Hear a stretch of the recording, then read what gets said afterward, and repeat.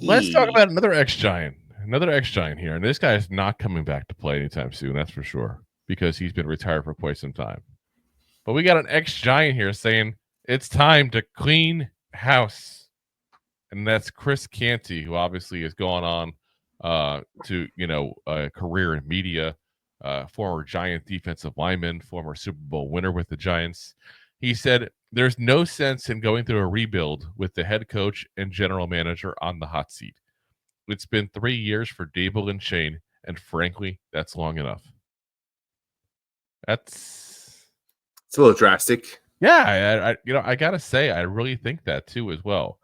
And the big thing most people take a look at is the Daniel Jones factor.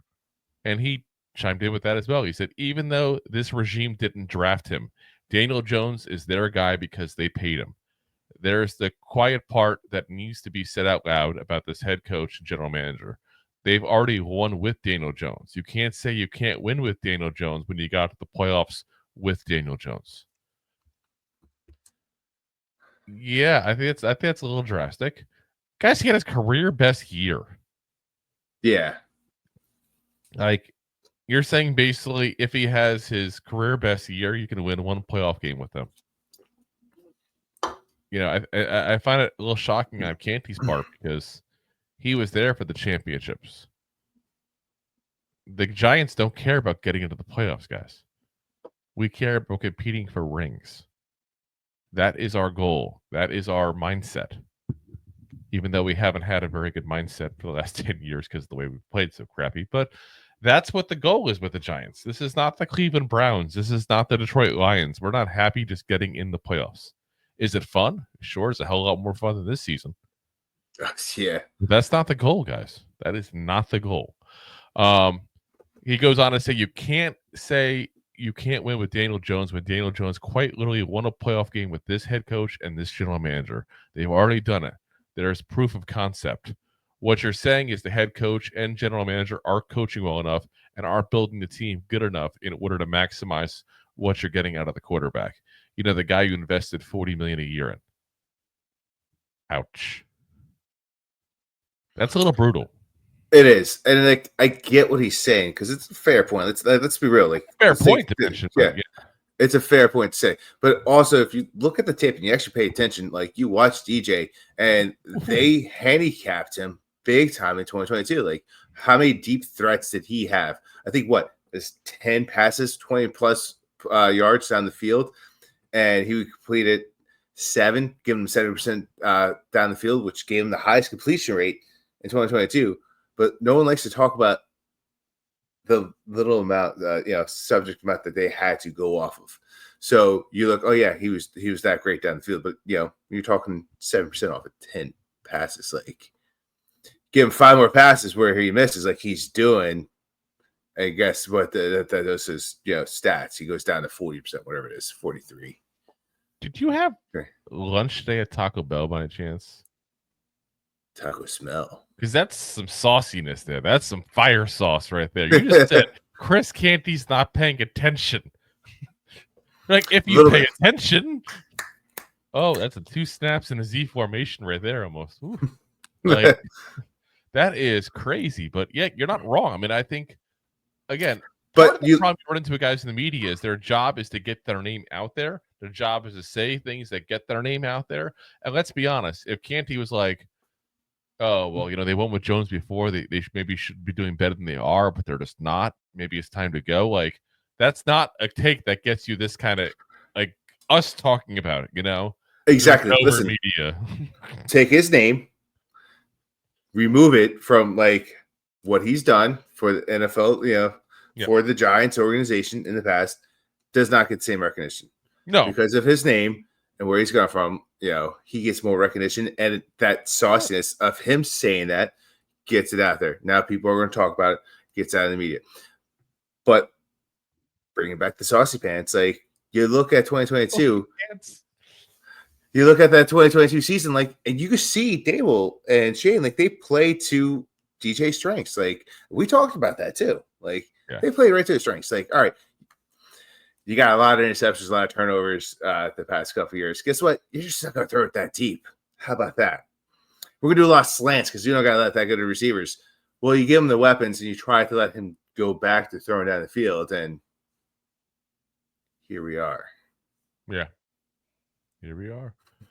So he said now, also talking about John Mara, he said, you've got to hold somebody accountable for what you're seeing from this team. I understand you don't want to be the New York Jets when you're hiring and firing coaches every couple of years, but under this circumstance, it's actually warranted to move on from Brian Daboll and Joe Shane. You know, I got to say, as much as I go on the fence, I feel like this is a good time to analyze this, really, like keeping Daboll and Shane or not, because it's the bye week. We're a little less emotional about the team right now, I think, than usual. I think it's a fair assessment to say, you know, and I'm looking at it from this perspective. And I said it about last year, and I'll still say it this year. Is there issues with this team? Yes. Do I agree with everything coaching wise? No, of course not. But I don't think this team has given up. I really don't. Is there sloppiness at times? Yes, but I don't think this team has given up. That's an indictment on Daboll. He's the one who's responsible for the motivation of the team. That's the key factor of a coach, is you're motivating the team. Then I look at Shane. Do I disagree with his first couple of draft classes? Hells to the yeah.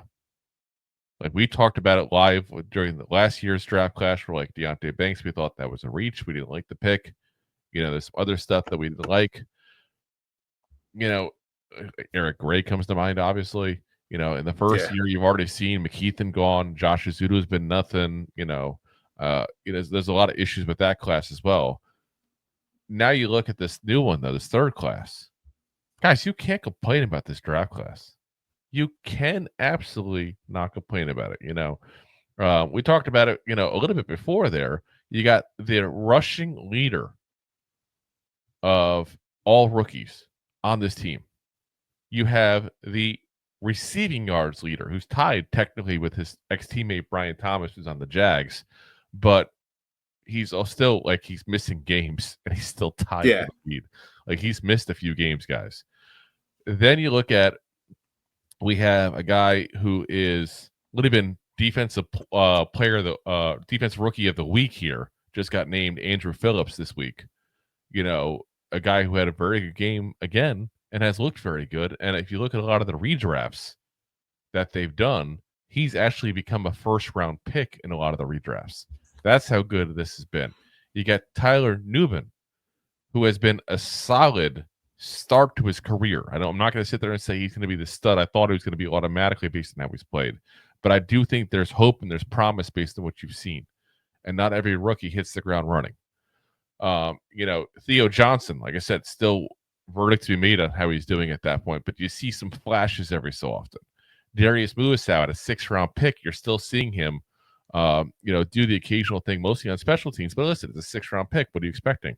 Here's the scary part. Do you know who leads the Giants, by the way, in interceptions this season? Darius Muasau, 1. He's the only Giant that has an interception this entire year. So you're telling me you have the team interception leader. I know it's an asterisk, but you have the rookie rushing yard leader, the rookie receiving yard leader, and this week's rookie defensive player of the week on the same team. Now, is it a broken clock being right twice a day? I don't know, but I'm telling you right now, I'd be willing to just give this guy another shot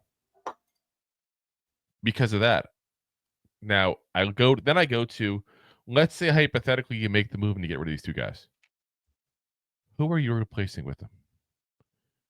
Who really thinks that the Giants right now are a job everybody wants? Consider the cluster we've been the last 10 years, guys. Am I wrong, Rob? I mean, no, you're not wrong at all.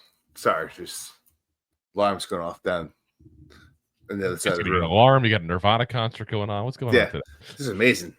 Seriously, this house is possessing us. Having a breakfast burrito in the kitchen. Yeah, Dave. No, you're not wrong for saying that, because like everyone's like knocking this defense. Yeah, we don't have interceptions, like this or that, but like at the same time, like who you like you're gonna bench and who you gonna replace him with? Like, this draft class has been pretty solid for the most part. Yeah, and that's what you're gonna judge a GM by, is who they're bringing in. It's 50% free agents, 50%. I say free agents / trades. I'll say, and then 50% the draft. And he slam dunked this freaking draft, guys. Slammed it. He's a little sus for his first couple of years. So we talked about that, but I mean, my biggest gripe with him is that his unwillingness for the longest time to let go of players that were not working and trying to fit it into the schemes, including his own. That's what I'm saying. That he drafts, like he was okay giving up on players they didn't draft fairly fast. Yep. Like, why is Zudu still here? We talked about it before. Why is Zudu still here? Yeah, exactly. Go. Why is Eric Gray still here? He got to go. Yeah, even like he admitted that he made a mistake on drafting Gray. Yeah, like didn't flat say like, I made a mistake. It's just we're just looking for a good special teams guy. Like you don't draft for special teams. No, well, unless you're Joe Judge, and there's a reason he's gone. Like I said, I just think he slam dunked this draft so much that alone gives you the ability to say, you know what, you get one more year, guys. Yeah, you get a little bit of a pass. And let's see, and honestly, you're going to get a new quarterback and stuff like that. So even that, you got to say, listen, I just need to see promise.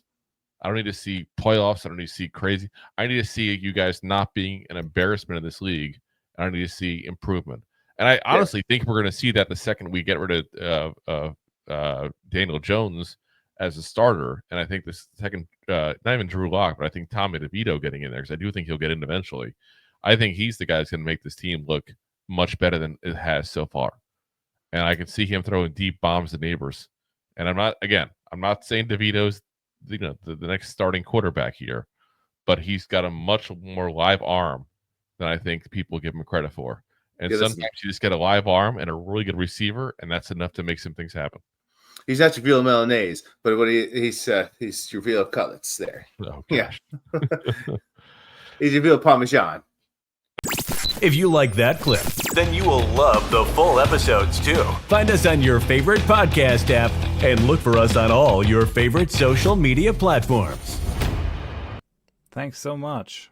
Please, I'm begging you. Please subscribe.